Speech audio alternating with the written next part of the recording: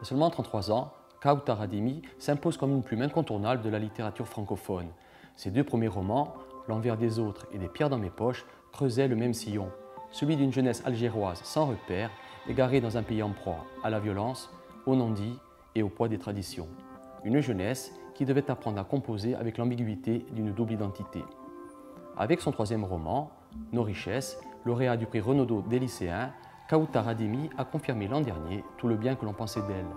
Par petites touches sensibles, comme une impressionniste, l'auteur dépeint le portrait d'Edmond Charlot, libraire algérois, un honnête homme qui plaçait la littérature au-dessus de tout.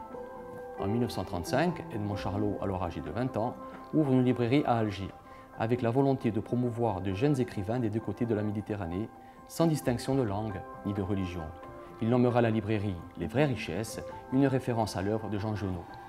Ce roman, qui navigue entre l'Algérie des années 30 et celle d'aujourd'hui, est d'abord un portrait magnifique d'un amoureux de la littérature, mais aussi l'histoire d'une librairie qui dresse un pont entre la France et l'Algérie à une époque où les prémices de la décolonisation se font déjà sentir. De sa plume vive, subtile et lumineuse, Kawtar Ademi signe avec Nos richesses un hymne à la littérature, à sa force et à son importance comme contre-pouvoir et lieu de mémoire.